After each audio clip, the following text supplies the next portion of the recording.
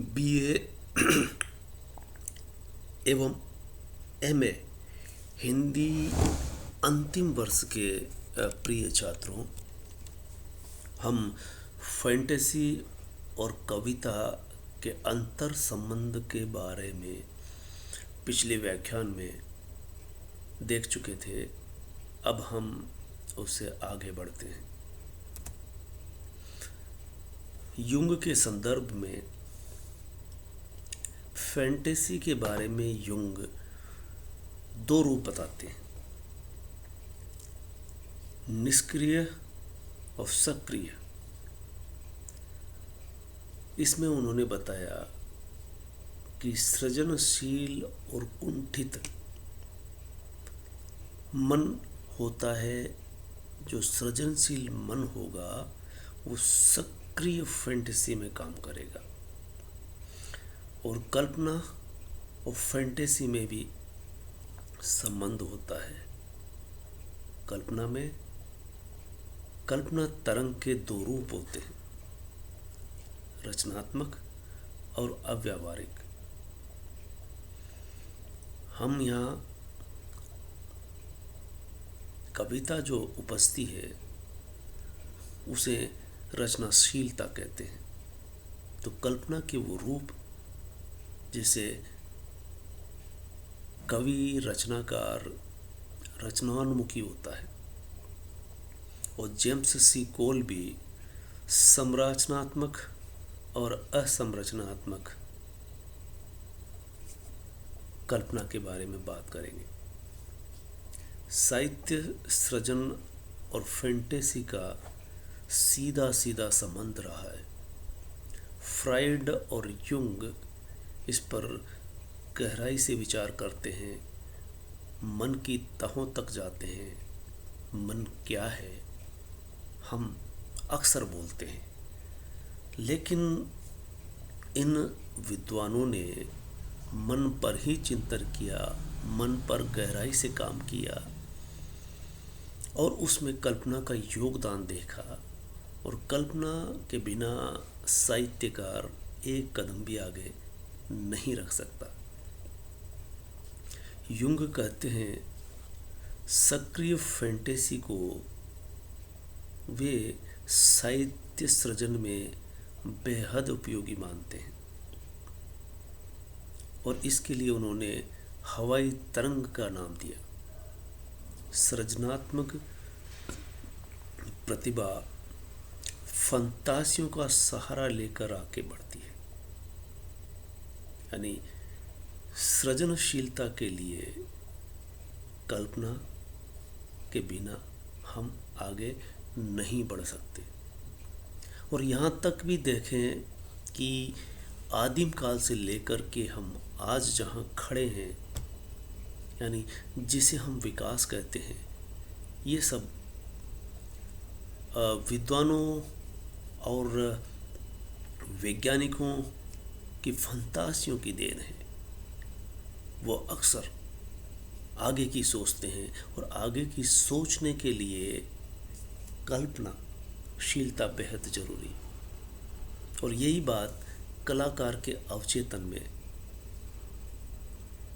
रहती है, और वो अवचेतन उसे बराबर धक्का मारता है और कुछ नया सृजन करने के लिए अंततः कला को एक आकार देता है जो सभी के सामने होता है।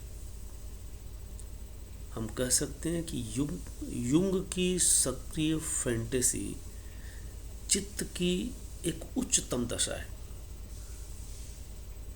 यानी चित्त में कई तरह की बातें चलती है, उसमें उच्चतम बात उस सक्रिय फैंटेसी के तहत पैदा होती है, जन्म लेती है। दूसरे विद्वान हर्बर्ट रीड सक्रिय फैंटेसी को साहित्यिक समीक्षा के संदर्भ में देखते हैं, और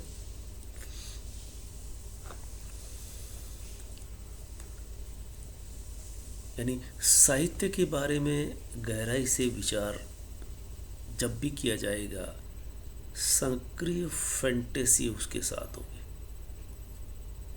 सृजन व्यापार सक्रिय फैंटेसी ही है। हर्बर्ट रीड भी उस सक्रिय फैंटेसी को महत्व देते हैं और उसको सृजन का एक कारक मानते हैं। अब आप अपने समाज की ओर देखें कि समाज किस तरह से सोचता है। कल्पना में सुखी व्यक्ति नहीं जिया करता, जिसके जीवन में बेहद सुख बराबर है, वो अधिकांशतः हकीकत में जिएगा। उसको कल्पना की जरूरत नहीं। कल्पना वो करता है जो सृजन करता है, यानी सृजनशील व्यक्ति कल्पना में रहता है। और यही कारण है कि साहित्यकार भी असंतुष्ट होता है। वो असंतुष्ट होकर ही कल्पना में जाता है। अपने आसपास के भौतिक जीवन से, सत्ता से वो मुठभेड़ करता है और कल्पना के द्वारा एक सृजन करता है। फैंटेसी भी कल्पना से ही उत्पन्न होती है। फैंटेसी कल्पना के बिना आगे नहीं बढ़ती। कल्पना में सत्यता का अंश हो सकता है, लेकिन फैंटेसी में इसकी भी उम्मीद नहीं की जाती। कहने का आशय ये कि कल्पना फिर भी सत्यता के नज़दीक है। कल्पना फिर भी जीवन के नज़दीक है। फैंटेसी उससे भी आगे ले जाती है। मनोविज्ञान में इसलिए फैंटेसी को सुरक्षा विधि कहा गया है। और मनोविज्ञान के महत्वपूर्ण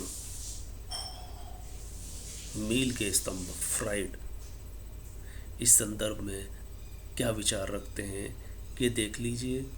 आदिम कल्पनाएं जाति चरितीय संपत्ति है। उनमें मनुष्य का अपना अनुभव जहाँ कहीं नाकाफी रहा, वहाँ वह बाहर निकलकर अपने आप को अतीत के युगों में फैला लेता है। फ्राइड जो कह रहे हैं, कल्पनाएं मनुष्य की जाति का चरित्र है, उसकी संपत्ति है।